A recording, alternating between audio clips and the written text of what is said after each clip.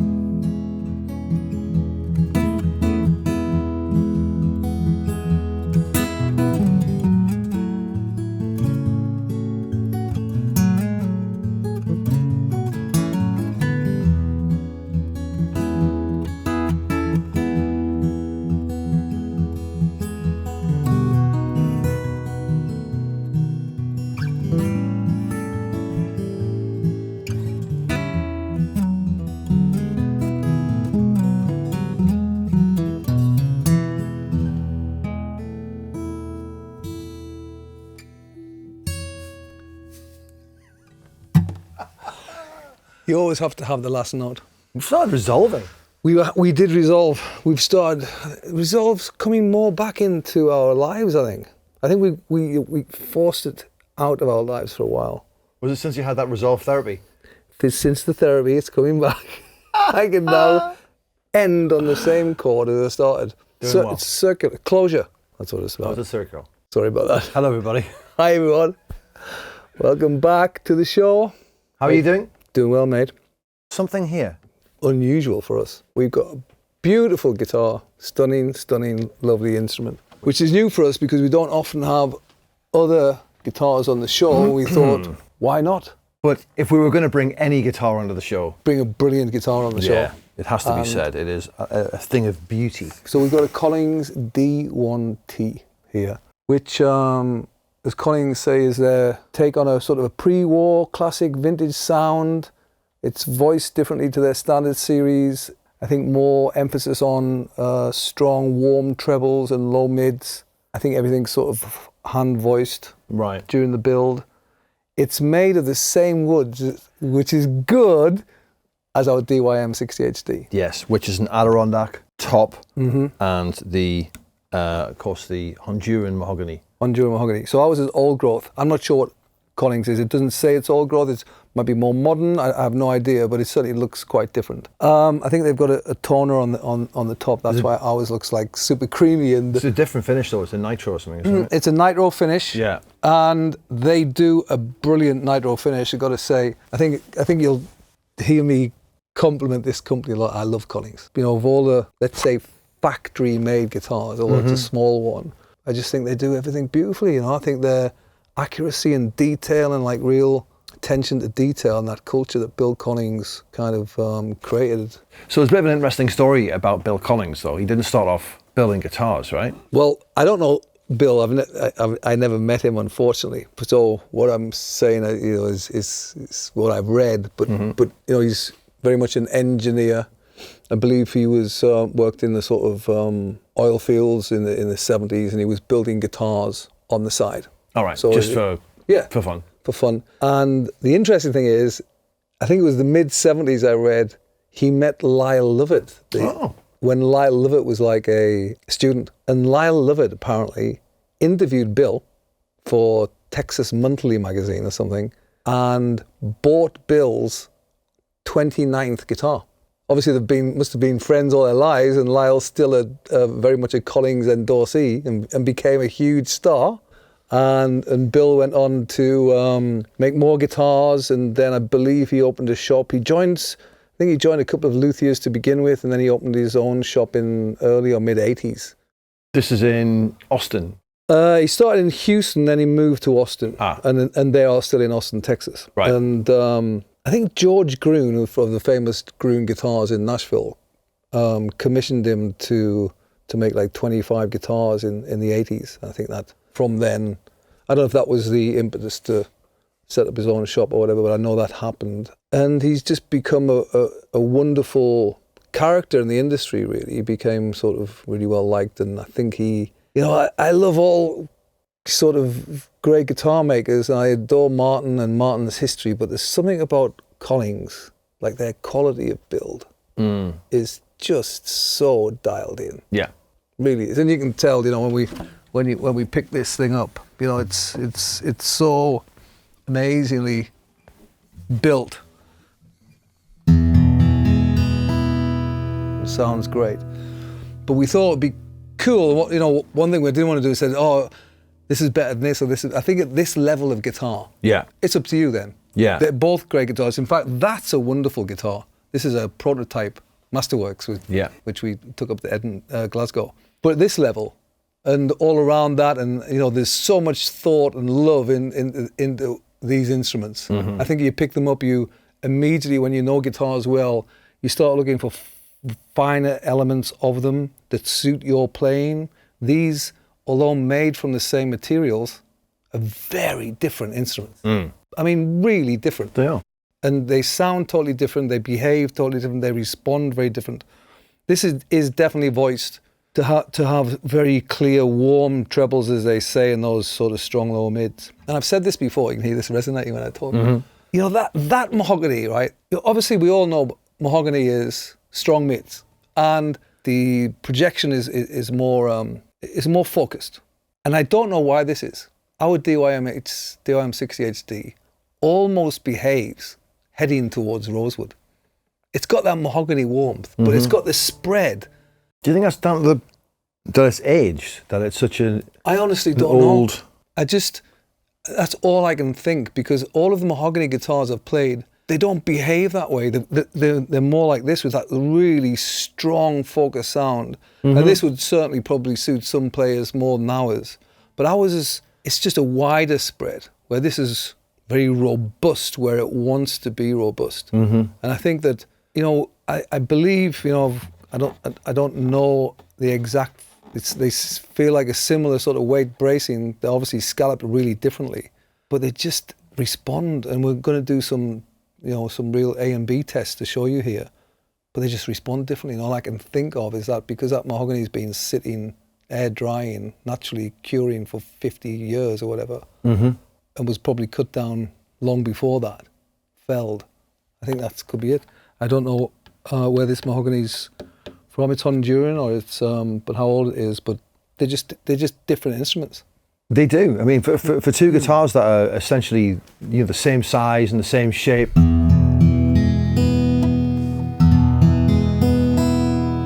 Like real sparkling top end, and lovely.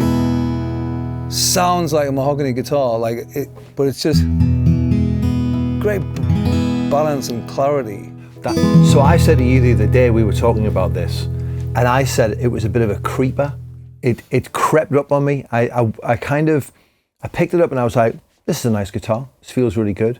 It feels well made. It immediately has a balance to it. Then I kept playing it.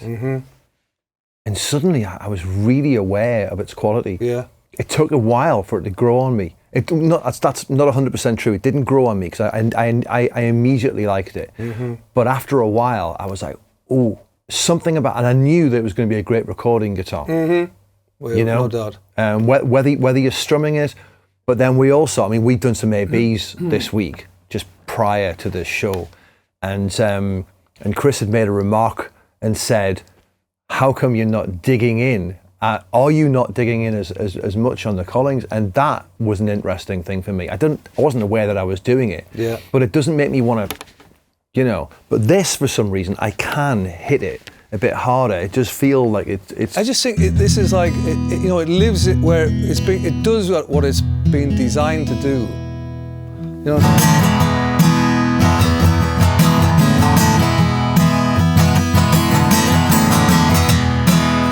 I'm just wildly strumming, but it's like I don't feel it has the low end as this. No.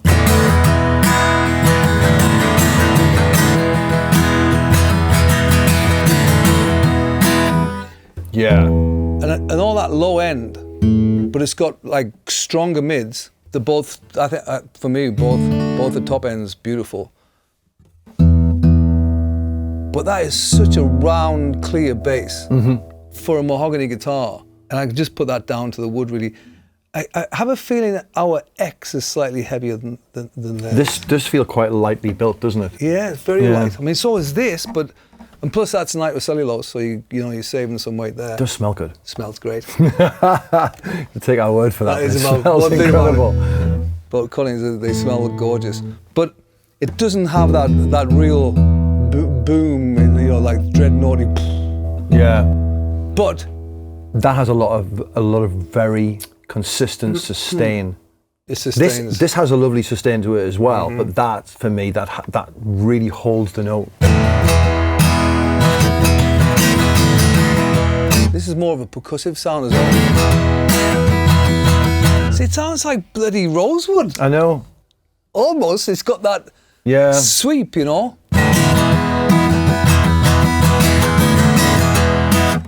this not a Rondak top? Yeah. Is it? It does feel quite different.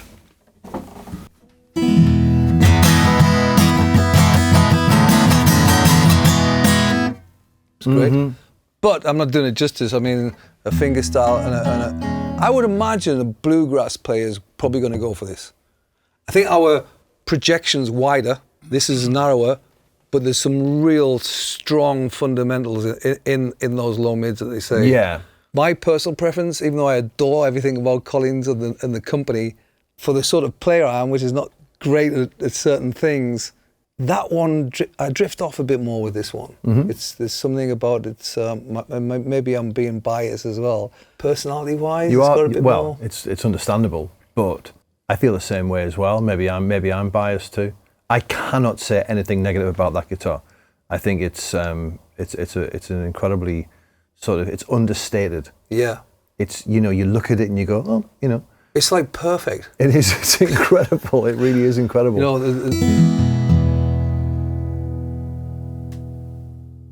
And I think, let me do it. It goes for ages, doesn't it?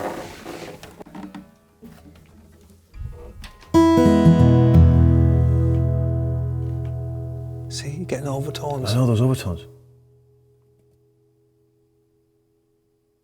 That was interesting. That's interesting. So you're getting overtones, certainly more on this one. Like a swell. Yeah. So, anyway, we're going to A and B these. You can have a listen, see what you think, and certainly would like to bring some other guitars on, really, and just check stuff out. And It'd be nice to start doing stuff like that, wouldn't it? Yeah. And we should throw this in the mix. Yes. So this is a prototype Masterworks, Alvarez. It's got ebony fingerboard, ebony bridge. It's got less finish on, very slightly different, not different bracing, but just a little bit more handwork. But this sounds great. It's hard to compare because it's Sitka. Got a lower. It's a Sitka. It's got that Sitka grunt and that like woodiness. It's not as clear as these two. I love this actually. Well, we went to Glasgow to Guitar, right? And we played the. Shall we throw this in the mix as well then? I think we should. We played. There's a rosewood, back and sides, and that mahogany one, and they stood out. Well, let's throw this in the mix. But this is Sitka, where these two are Addis and Honduran, and this is African mahogany. So we'll throw this in the mix, and we'll do A, B, C. Unfortunately, neither of us are flat pickers. Yeah. And I think that might show them differently as well. We'll find a flat picker and we'll do it again. We need to find a good flat picker. Yeah. They're a bit hard to find where we are. Where we are.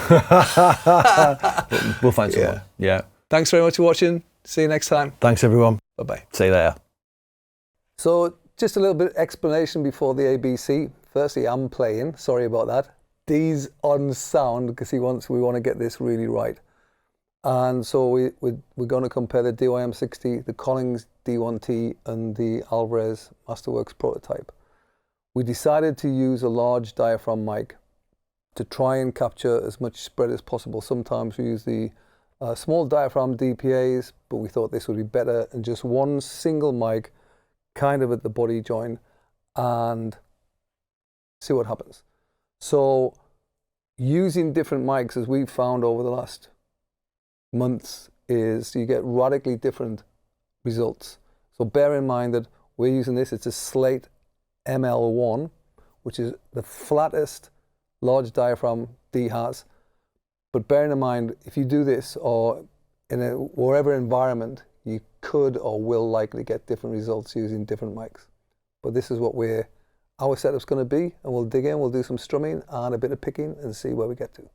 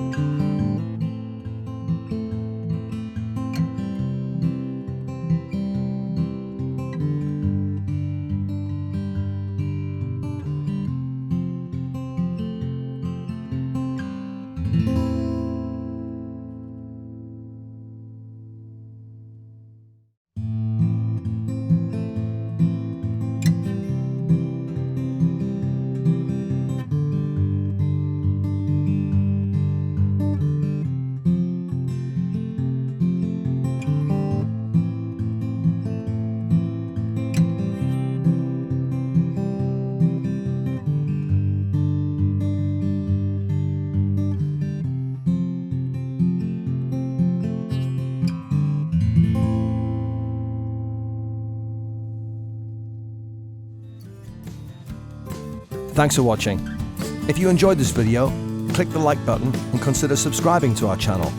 If you want to watch more videos like this one, click the video on the screen now.